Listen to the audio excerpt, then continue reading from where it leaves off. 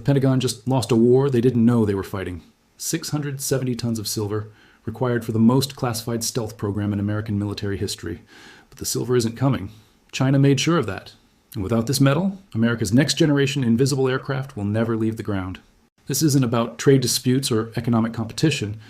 This is about technological warfare conducted through supply chain manipulation.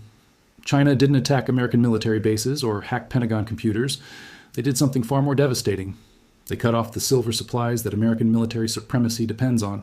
And the Pentagon is just now realizing they've been outmaneuvered by an enemy who understood the vulnerabilities in American defense technology before American generals did. What I'm about to reveal will change how you understand modern warfare. This isn't about missiles and bombs. This is about invisible battles fought through commodity markets and supply chains, where victory goes to whoever controls the materials that make advanced weapons possible. Ghost Protocol was born from a simple recognition. Traditional stealth technology is becoming obsolete. Radar systems are evolving. Detection algorithms are improving. Aircraft that seemed invisible 10 years ago are increasingly visible to modern sensors. The Pentagon needed something beyond stealth. They needed true invisibility, not just reduced radar signatures, but complete electromagnetic transparency across all detection spectrums.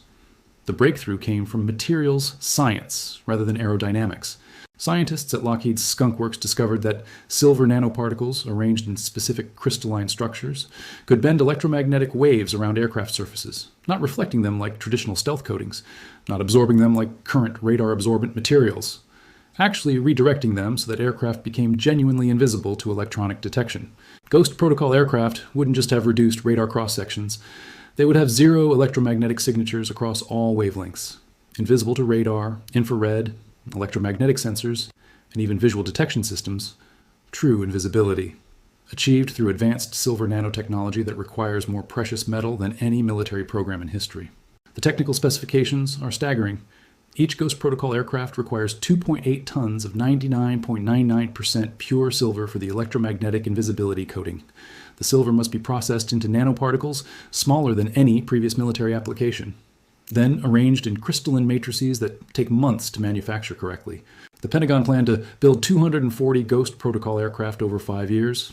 Bombers, fighters, reconnaissance planes, drones, an invisible air force that could operate anywhere on Earth without detection.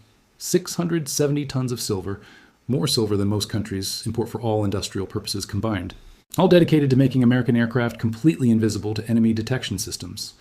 The program represented the future of air warfare, battles fought by invisible aircraft against enemies who couldn't see them coming. Military dominance through technological superiority that seemed impossible to counter. Until China realized that Ghost Protocol had a fatal weakness, it depended on silver supplies that China could control. The attack began 18 months ago, not with military action, but with economic strategy so sophisticated that Pentagon intelligence didn't recognize it as warfare. Chinese state-owned enterprises started acquiring silver mining operations worldwide, not through hostile takeovers or obvious government intervention, through private equity firms, investment funds, and corporate partnerships that looked like routine business expansion. A Canadian silver mine sold to a Hong Kong investment company, a Peruvian refinery acquired by a Shanghai-based metals trader, a Mexican mining operation receiving Chinese financing with supply agreements attached. Individually, each transaction appeared normal. Chinese companies expanding into global commodity markets, standard international business activity that happens thousands of times annually. But collectively, these acquisitions gave China control over 63% of global silver refining capacity and 47% of primary silver production. China wasn't just buying silver companies, they were building a monopoly over silver supplies that the Pentagon needed for Ghost Protocol development. The second phase of the attack targeted supply chains rather than production. Chinese logistics companies began offering below-market rates for silver transportation and storage. European refineries found that Chinese shipping was cheaper and more reliable than traditional carriers. Within 6 months, Chinese companies controlled the movement of silver from mines to refineries to end users across 3 continents. They provided the ships, trucks, warehouses, and insurance that moved silver through global commerce. Control of transportation infrastructure gave China the ability to disrupt silver deliveries without owning the silver itself.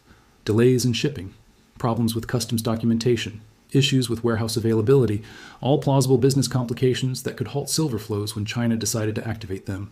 The Pentagon's silver procurement officers noticed increasing delays and cost overruns in Ghost Protocol material acquisition. Suppliers explained the problems as routine market fluctuations and logistical challenges. Nobody connected the delays to Chinese strategic planning until it was too late to find alternative suppliers. Phase 3 of China's operation eliminated the alternatives entirely. The remaining silver suppliers that weren't controlled by Chinese interests began receiving offers they couldn't refuse. Purchase agreements at prices 15 to 20% above market rates, guaranteed volumes for multi-year periods, payment terms that eliminated financial risk for mining companies. But the contracts included exclusive supply clauses. Silver sold to Chinese buyers couldn't be resold to other customers, including American defense contractors working on classified programs. China bought up available silver supplies not because they needed the metal for industrial production, but because they wanted to deny those supplies to American military programs. The strategy worked perfectly. When Pentagon procurement officers tried to source silver for Ghost Protocol aircraft production, they discovered that global supplies were already committed to Chinese buyers through long-term contracts. Available silver was either owned by Chinese companies or committed to Chinese purchasers. $700 million in silver contracts for Ghost Protocol, all canceled or suspended due to material unavailability. American defense contractors couldn't source the silver needed to build invisible aircraft because China controlled global silver markets. The Pentagon had been outflanked through commodity market manipulation. Their most advanced stealth technology programs stopped by an enemy who understood that control of materials trumps superiority in weapons design.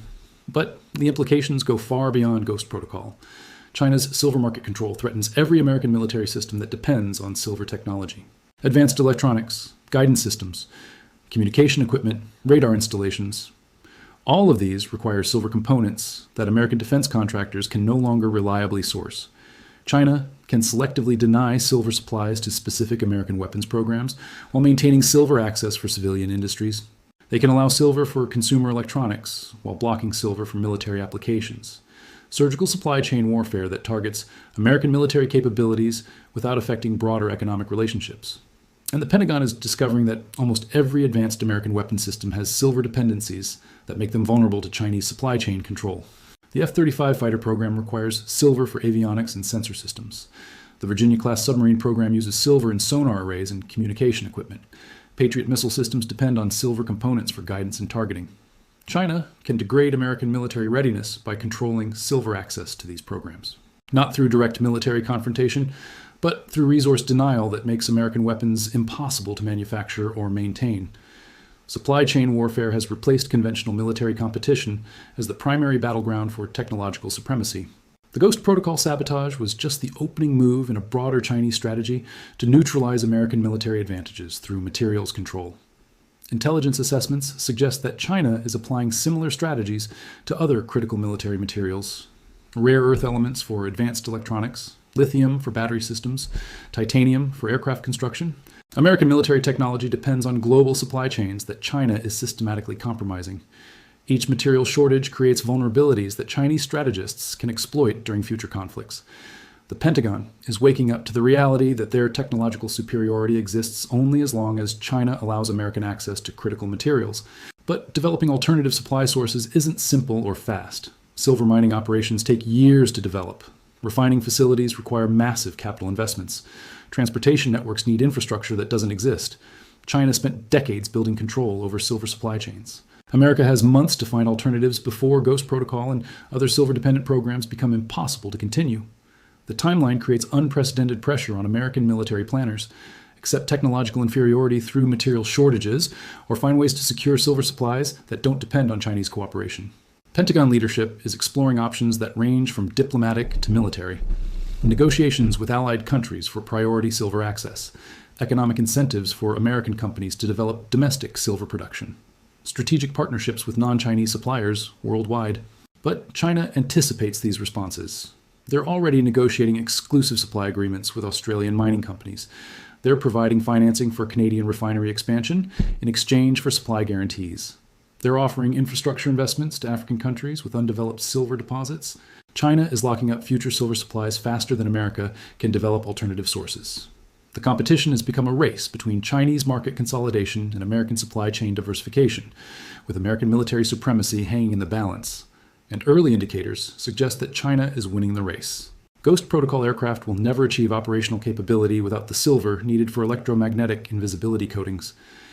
American stealth advantages are disappearing not because enemies developed better detection systems, but because America lost access to the materials needed for advanced stealth technology. The next generation of air warfare will be fought with aircraft that China's material control strategy allows America to build. But the strategic implications extend beyond military technology. China's success in weaponizing silver supply chains establishes precedent for resource warfare against American technological development across all sectors. Semiconductor manufacturing requires silver for electrical connections. Renewable energy systems need silver for solar panels and electrical components. Advanced medical equipment depends on silver for antimicrobial applications. Chinese control over silver markets gives them veto power over American technological advancement in multiple critical industries. This isn't just about military programs. This is about China's ability to determine which American technologies can be developed and which cannot, and the model can be applied to other critical materials.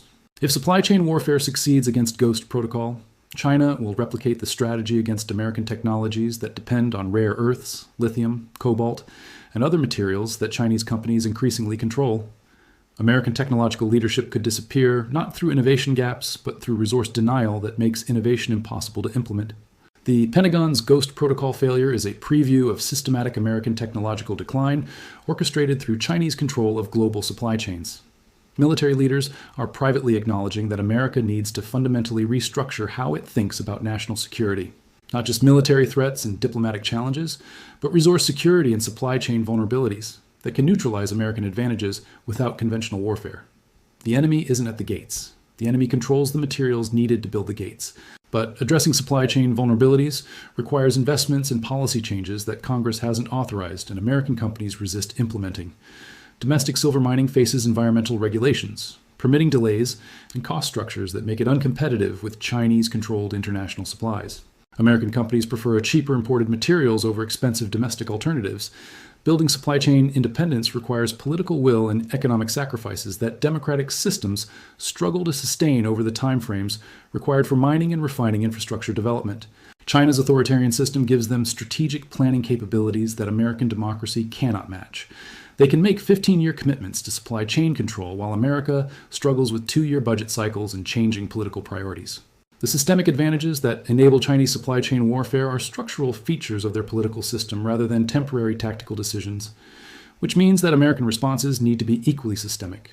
Not just alternative suppliers, but fundamental changes in how America approaches resource security and technological independence. Ghost Protocol failure is forcing uncomfortable conversations about American vulnerability to economic warfare conducted through global markets that seemed commercially neutral. The Pentagon is learning that military supremacy depends on economic independence. That technological advantages require resource security, that national defense includes supply chain control, lessons that China internalized decades ago, while America focused on conventional military threats and diplomatic solutions. The Ghost aircraft will never fly because the materials needed to make them invisible are controlled by the enemy they were designed to fight. American military planners are discovering that the most advanced weapons are useless if you can't obtain the materials to build them. China won the Ghost Protocol war without firing a shot. They simply bought the silver that American invisibility technology required. The question isn't whether America can develop better military technology. The question is whether America can secure access to the materials that make advanced military technology possible. 670 tons of silver represents more than metal for aircraft coatings. It represents the difference between American military supremacy and technological subordination to countries that control critical resources. Ghost Protocol was supposed to make American aircraft invisible to enemies. Instead, it made American vulnerabilities visible to China. The war for technological supremacy is being fought in commodity markets most Americans never think about. And America is losing because they're fighting the wrong war with the wrong strategies against enemies who understood the real battleground first. The Pentagon just learned that invisible aircraft require visible resources, and those resources are controlled by the country that invisible aircraft were designed to defeat. Ghost Protocol didn't fail because of technological limitations. It failed because China realized that controlling silver was more effective than developing countermeasures to American stealth technology. The next American military advantage will exist only if China allows American access to the materials needed to develop it. That's not military supremacy. That's technological dependence disguised as national defense. And Ghost Protocol is just the beginning.